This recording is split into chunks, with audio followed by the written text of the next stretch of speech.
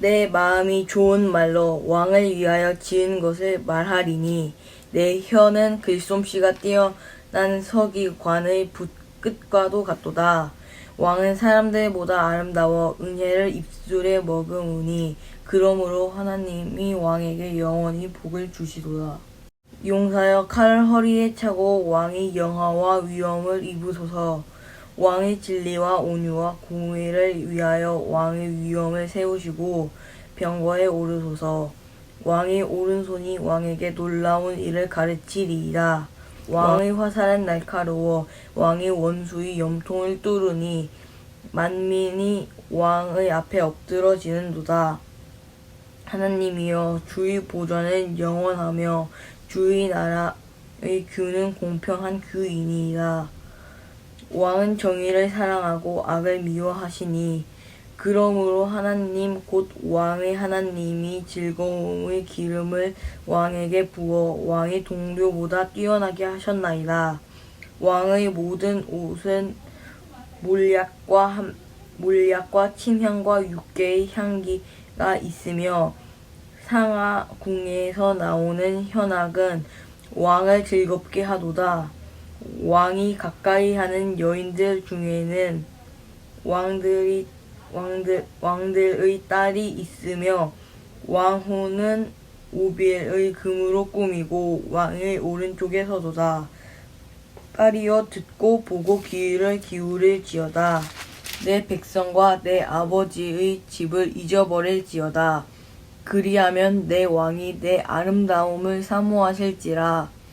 그는 내 주인이시니 너는 그를 경배할지어다. 두로의 딸은 예물을 드리고 백성 중 부한 자도 내 얼굴 보기를 원하리로다. 왕의 딸은 궁중에서 모든 영화를 누리니 그의 옷은 금으로 수놓았도다. 수놓은 옷을 입은 그는 왕께로 인도함을 받으며 시종하는 친구 처녀들도 왕께로 이끌려갈 것이라. 그들은 기쁨과 즐거움으로 인도함을 받고 왕궁에 들어가리로다. 왕의 아들들인 왕의 조상을 계승할 것이라. 왕이 그들로 온 세계의 군왕을 삼으리로다. 내가 왕의 이름을 만세에 기억하게 하리니 그러므로 만민이 왕을 영원히 찬송하리로다. 아멘. 고라의 자손 마스길 교훈, 그리고 사랑의 노래이며 인도자를 따라서 소산님에 맞춘 것, 이렇게 돼 있는데, 이 소산님이 이 백합화 모양의 악기로 되어 있는 것을 소산이라고 하는 모양인데, 아무튼 이 시를 통해서 이야기를 하고 있는 것은 그 무엇보다도 서술을 그렇게 쭉 설명을 무엇인가를 하면서 나타내는 걸 보면 왕은 이렇게 계속 왕에게 대해서 이제 왕이 하실 일과 왕이 이렇게 해주십시오, 왕은 어떠한 영광을 받으십시오, 이렇게 이야기를 하고 있다가 갑자기 6절에 가면 하나님이여 주의 보좌는 영원하며 주의 나라의 규는 공평한 규입니다, 이렇게 얘기를 하면서 또 바로 7절에서부터 다시 왕은 왕이 또 딸이여 뭐 이렇게 나오면서 과연 지금 얘기하는 왕은 누구이고 하나님을 이야기를 하는 것인지, 아니면 왕 자체가 어떤 사람을 얘기를 하는 건지, 이런 거에 대해서 약간의 혼동을 가져올 수 있게 적혀져 있지만,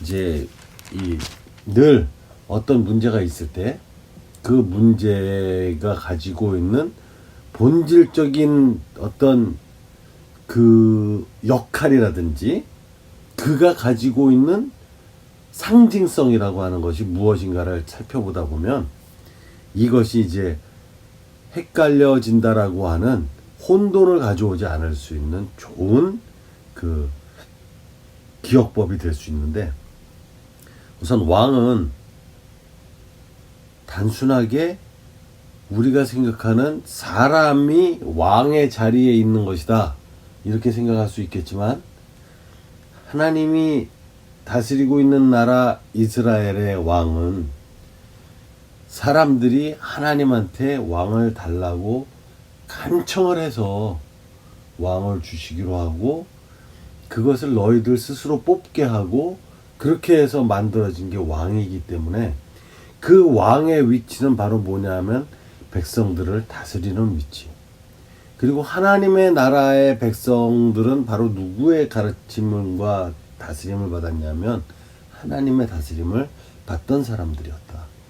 그래서 일반적으로들 이 사무엘 선지자를 통해서 세웠던 사울 왕이나, 또는 그를 통해서 역시 세웠었던 다윗 왕이나, 이 왕들은 누가 세운 거냐 하면 하나님께서 보낸 선지자, 그 하나님의 뜻을 대신 이야기하는 사람, 예언자라고도 하기도 하고, 이러한 사람, 그들의 손을 통해서 하나님께서 기름 부으라 하신 자에게 왕의 잔에 있는 뿔을 모양을 파서 거기 잔으로 사용하는 거기에 기름을 담고 그 기름으로 머리에 부어서 그를 임명하는 이런 형식을 갖추었었지만, 단순히 그러한 행동들은 사람들이 살아가는 데 있어서 어떤 형식적인 일이다라고 이야기에 앞서서 무엇이냐면 하나님께서 허락하셨고 하나님께서 지명하신 자를, 그리고 그들 가운데에서도 사람들이 서로 뽑아서 그를 왕으로 세우게 만들었지만 결국 기름 붓게끔 명령하신 자는 하나님이셨고, 그 뿔을 가지고 가득 담긴 기름으로 그들의 머리 위에 기름을 부었던 자 역시 하나님이 보낸 자였었다.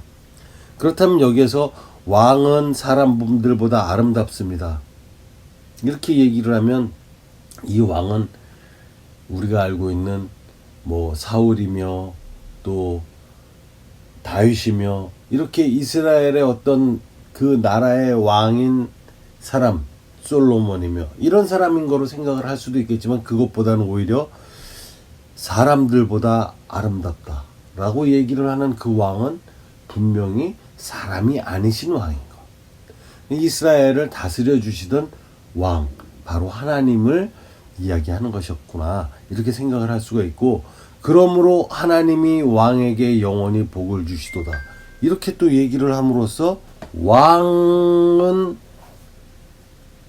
하나님이시다 이렇게 생각을 했는데, 또 사람들보다 아름다워서 은혜를 입술에 머금으시고 그렇기 때문에 하나님이 왕에게 또 영원히 복을 주신다 이렇게 얘기를 하지.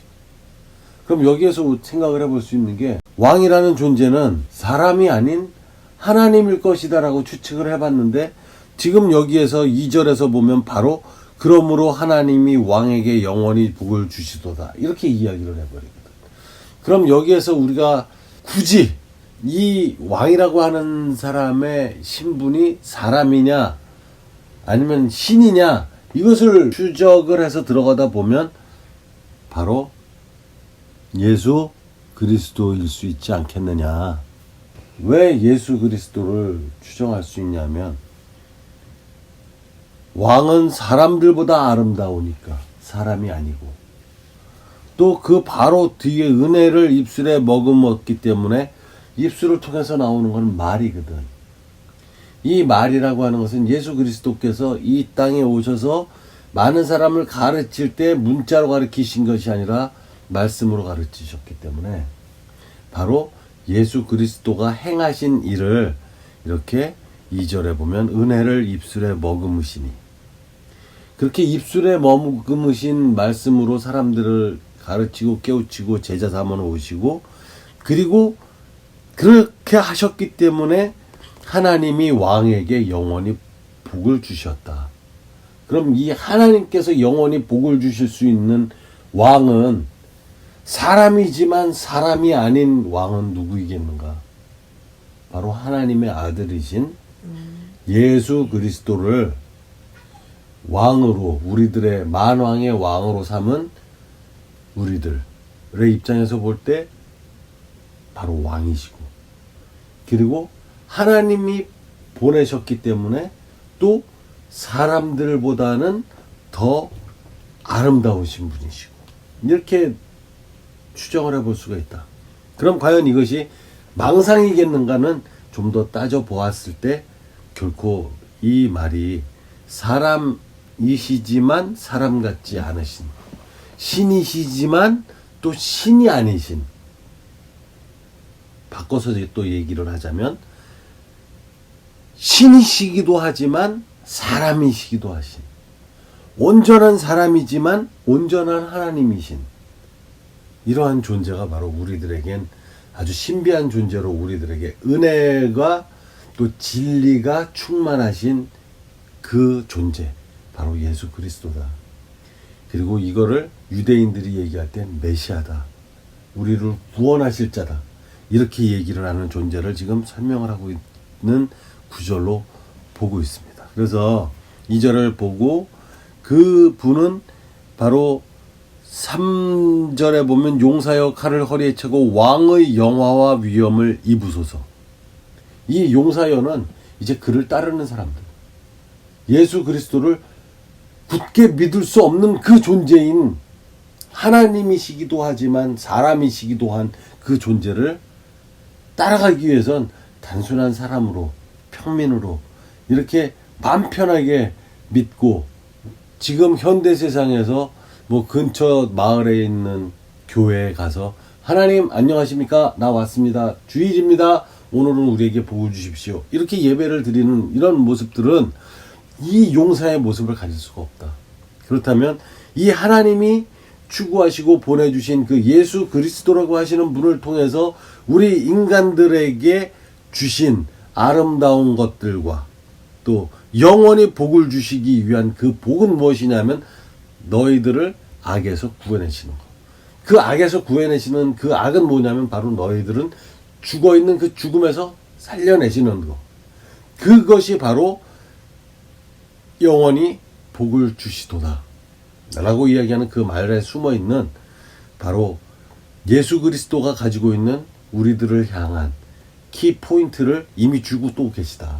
그렇다면 이것을 읽어보고 아니라고 하는 사람이 있을 수 있겠지만 그것은 그의 개인적인 생각이라고 놓고 보고, 예수 그리스도는 로고스이시고 그리고 하나님이시고 그리고 그 말씀이 생명이 되셨고 또 생명이 되셨던 그 말씀이 우리들에게 생명이 된다라고 하는 이 이야기는 죽을 것 같은, 죽을 수밖에 없는 존재인 우리들을 통해서 바로 예수 그리스도의 영광이 나타나게 하시는, 그래서 영원히 우리들이 가지고 있는 아름다운 그 모습이 나타난다면 바로 예수 그리스도가 이 세상으로 나타나는 현상이 되는 것이다.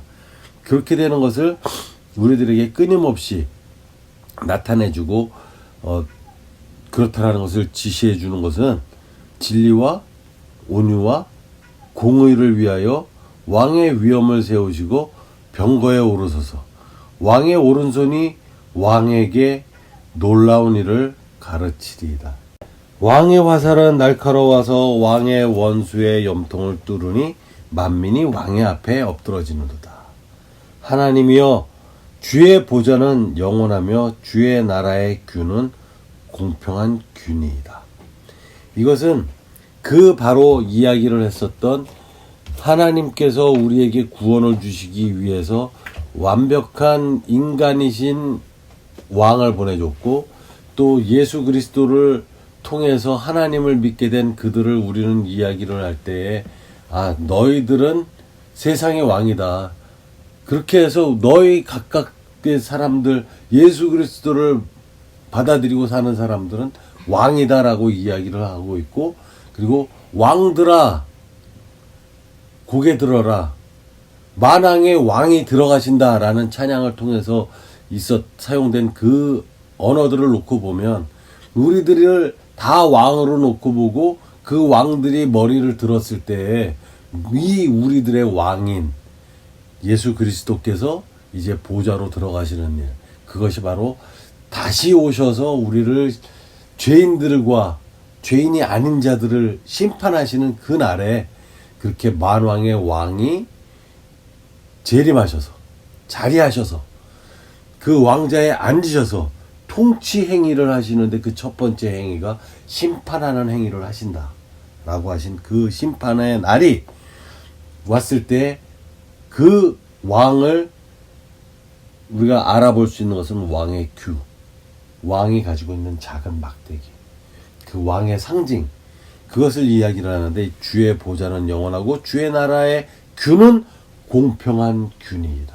여기에서 공평한 규는 누구나 믿을 수 있도록 허락되어 있었고, 그를 원하시는 자는 그를 언제든지 원할 수 있는 상태로 우리들에게 허용되어졌었던 존재였었던 예수 그리스도를 알고 그를 마음에 받아 모시고 믿는 믿음을 가졌다면 바로 이 용사다운, 용사여 칼을 허리에 차고 왕의 위엄과 영화와 그것을 입으소서라고 이야기를 하는 것은 단순하게 교회에 출석하는 정도의 행위, 이것을 통해서 입어지는 것이 아니라 용사처럼 칼을 가지고 목숨을 걸고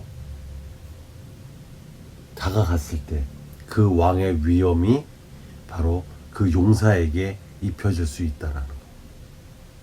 그러면 예수 그리스도를 믿고 이 세상을 살아간다는 자체는 편안하게 살아가는 그 한적한 시골의 작은 교회당에 평화로운 예배종이 울리고 몰려왔다 몰려가면 그들은 복을 받고 물러가서 아름답게 사는 그러한 삶을 예고하고 있는 것이 아니라 예수 그리스도를 믿고 또 그 왕을 섬긴다라고 하는 자체는 이렇게 칼을 차고 싸워야 하는 사람이라는 것.